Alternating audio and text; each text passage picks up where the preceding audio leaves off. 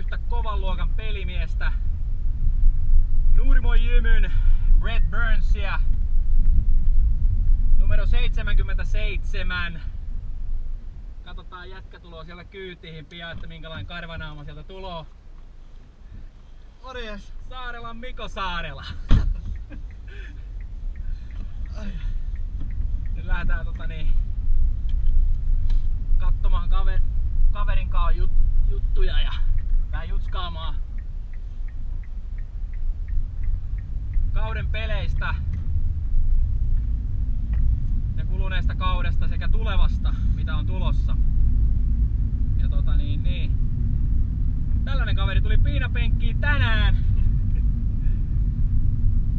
Mitä Saarela? Jätkä oli vissiin lenkillä niin kuin aina. Joo, vähän piti käydä ottaa karstat pois jaloista. Huomenna alkaa välierät tuolla Porin urheilutalolla, niin pikkusen karstaa pois jaloista. Mutta juoksit kuitenkin Samburgerin kautta varmaan. No Samburgerin kautta ilman muuta. Samburger Special.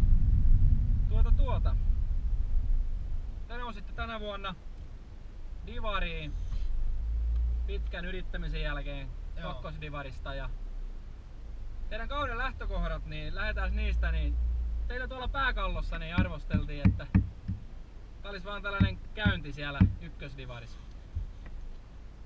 Joo, siellä oli ennakoissa oli ilmeisesti ollut tällaista ennakkoa ja ei siinä mitään. Joskus nekin on väärässä ja sen verran täytyy sanoa siitä, että me saatiin noista kommenteista vaan mitä me saatiin kesän ja syksyn aikana, niin saatiin oikeastaan niin virtaa omaan tekemiseen ja haluttiin näyttää, että kuulutaan todellakin tuohon sarjaan. Oli tavallaan positiivinen juttu, että meidät lytättiin kauden alkuun. No mitäs kun teidät tuli rankattu siis sarjan viimeiseksi ja putoajaksi ja mikäs teidän tavoite oli sitten tähän kauteen kun lähdettiin? Niin meillä oli playoff-paikka tavoitteena. Sitä lähdettiin hakemaan, että tiedettiin, että jos kaikki tähdet on kohdallaan ja pelataan niin kuin osataan, niin meillä on kyllä mahdollisuus olla pudotuspeleissä. Ja niin me tehtiin niin kuin me oltiin tavoiteltukin ja nyt ollaan tavoitteeseen päästy.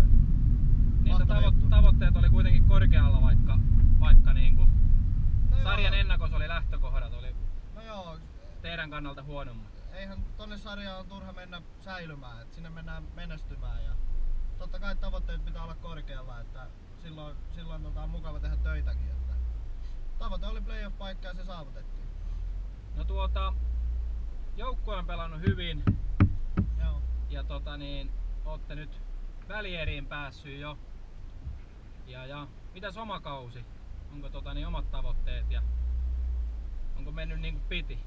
No joo, kyllä mä oon ihan tyytyväinen. On saanut pelata hyvässä kentässä ja muutenkin ollut ehjä kausi. Vähän flunssaa oli runkosarjan lopussa, että jäi se yksi Loviisa-peli jäi väliin, mutta siis muuten on mennyt ihan kaikki niin kuin pitää. Kaikki niin kuin pitää, joo. Et totta kai nälkää on koko ajan enemmän, että haluaa tehdä enemmän töitä, että sitten taas ensi kaudella olisi parempi, mutta siis tää kausi on mennyt ihan ok, että ei mitään, ihan hyvin. Joo, ja sähän oot nuori kaveri ja vaikka sulla noin paljon partaa kasvaakin, niin mitkä sulla on, sanotaan, tavoitteet tähän välierään? Totta kai sama justiin kuin sanoin äsken, että lähdetään menestyyn, niin nyt me ollaan 4 parhaan joukossa, niin totta kai me lähdetään menestyyn ja lähdetään voittamaan ottelusarjaa, että ei ole mitään järki lähteä, jos ei haluttaisi voittaa ja yritettäisiin voittaa, niin totta kai finaalipaikka on nyt tavoitteena mulla ja valmennuksella ja koko joukkueella, että kova ottelusarja tulos, mutta uskon, että siihen kyllä pystytään, pelataan vaan niin kuin osataan. Niin. No sitten vähän tällaisiin rennompiin aiheisiin, ettei jauheta vaan ihan näistä Jonnin joutavista, mitä kaikissa otteluennakoissa jauhetaan, niin joo. Mä oon vähän kuullut huhua ja tiedänkin asian, että sä oot teidän tuolla kopissa niin toimit virallisena DJ:nä ja joo. Musamiehenä ja Kyllä vai. Sä kokoat aina listat ja kaikki peleihin. Joo. Totta kai ehkä muitakin vähän kuunnellaan, mutta pääasiassa dominoit tätä osa-aluetta. Kyllä, kyllä. Näin se on. Sanotaanko, että lähes aina on ollut, missä joukkueessa tahansa on ollut, niin meikälle on lyöty kännykkä ja AUX-piuha aina käteen. Ja silloin niin joskus junnuna se aloitettiin ja edelleen ollaan samassa hommassa.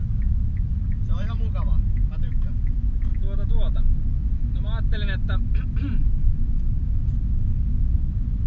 jatketaan tällaisella jutulla, että ennen peliä niin kun tullaan kentälle, niin mikäs biisi siellä aina taustalla pauhaa, kun te... Just ennen kuin lähdetään esittelyyn. Just ennen kuin lähdette esittelyyn, niin. No joo, silloin meillä on tapana vähän Nightwishia kuunnella ja se on välillä vähän vaihdellut, mutta nyt ollaan löydetty aika hyvä kipale, tai minä olen löytänyt hyvän kipaleen siihen ja sitä kuunnellaan ja Näettekö ottaa kaiken kunnian itselleensä, että on mennyt niin hyvin, ei vaiskaan.